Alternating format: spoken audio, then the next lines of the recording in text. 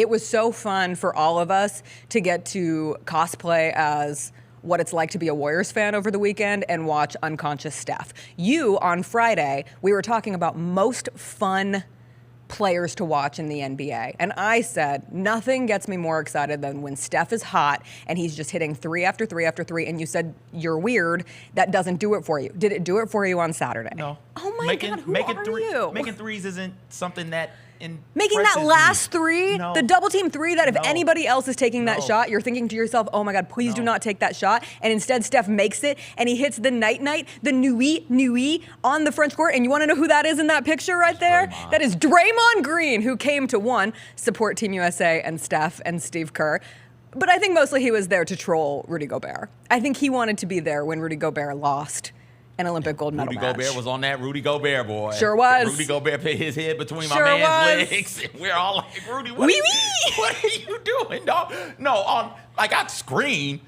Steph made me scream audibly a handful of times. The Victor Wembanyama shot, the shot that was over Wemby, incredible. it was like, whoa. The still shot of that looks like it was 100% Oh of Victor Wembanyama highlight. Like, you see this picture and you think to yourself, wow, what a moment for Victor Wembanyama. And then you see the ball and you're like, wait just a minute. He just goes right over him. That was a good one. The thing that was really, really fun to see, and this is how Steph Curry has changed the game of basketball, because Steph Curry's going to take that shot over Wemby. Steph Curry's going to make that shot over Wemby. Game's on the line. Steph Curry's going to take a shot over not one, but two defenders with LeBron James and Kevin Durant wide the F open, wide open. And not one time when Steph was dribbling that ball, he might have bounced it 2 or 3 times, did I say, hey, you got to pass it. No, it was Steph shoot it. Steph shoot it. Yeah. I'm begging him to pull it, because you know what Steph Curry is, and everybody wants to do that. Everybody wants to be that. And there's only one of those. That's the thing. That's the thing that you've got to get people to understand. Steph Curry can take that shot. Anthony Edwards, as great as Anthony Edwards is, I don't want him taking that. As great as Devin Booker is, I don't want him taking that. Don't want him taking that. There's nobody else in the NBA who can take that shot with 2 defenders on them late in the game, needing to shut the door effectively on a French run with LeBron James and Kevin Durant wide the hell open. But Steph Curry. Steph Curry can take that shot 10 times out of 10, and I think he makes it 10 times out of 10. Like, that's the type of shooter Steph Curry is. Now, do I get all warm and fuzzy? No, but I recognize the greatness that is Steph Curry. Oh, I got warm and I got fuzzy. And by the time I'm listening to the French broadcast of it and they're going, oh no, Steph Curry! Or they're going, the devil named Curry! Or, oh, que c'est impossible! Like, it was so wonderful to hear it from the French perspective, because for this one moment in time, we were all Steph Curry fans because he was playing for our team, his first time as an Olympian. And truly, like, you don't write that storybook any better.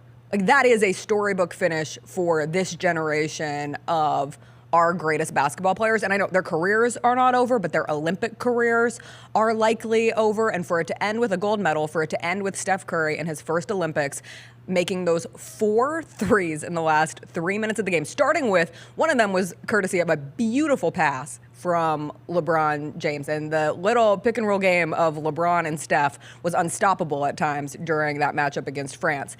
But you had the 4 threes from Steph. He had 60 points in the last 2 games for USA. So between Serbia and France, 60 points, made 17 threes. That's what Steph Curry does. And you go back to the game against Serbia where you had the Steph 3 and you had the LeBron transition finish and you had the KD mid-range shot, and just these photo book finishes for these guys that we have watched be the greatest in the sport. And now for that to end with a gold medal, you truly could not have written it any better. That is what the script called for. They needed all and they needed it. They needed all. It's not like it was, okay, we're up big, let's go out there and ball out. No, it was, hey, y'all need us, we are here. It was to the point to where Steve Kerr finally decided to start Kevin Durant, LeBron James, and Steph Curry.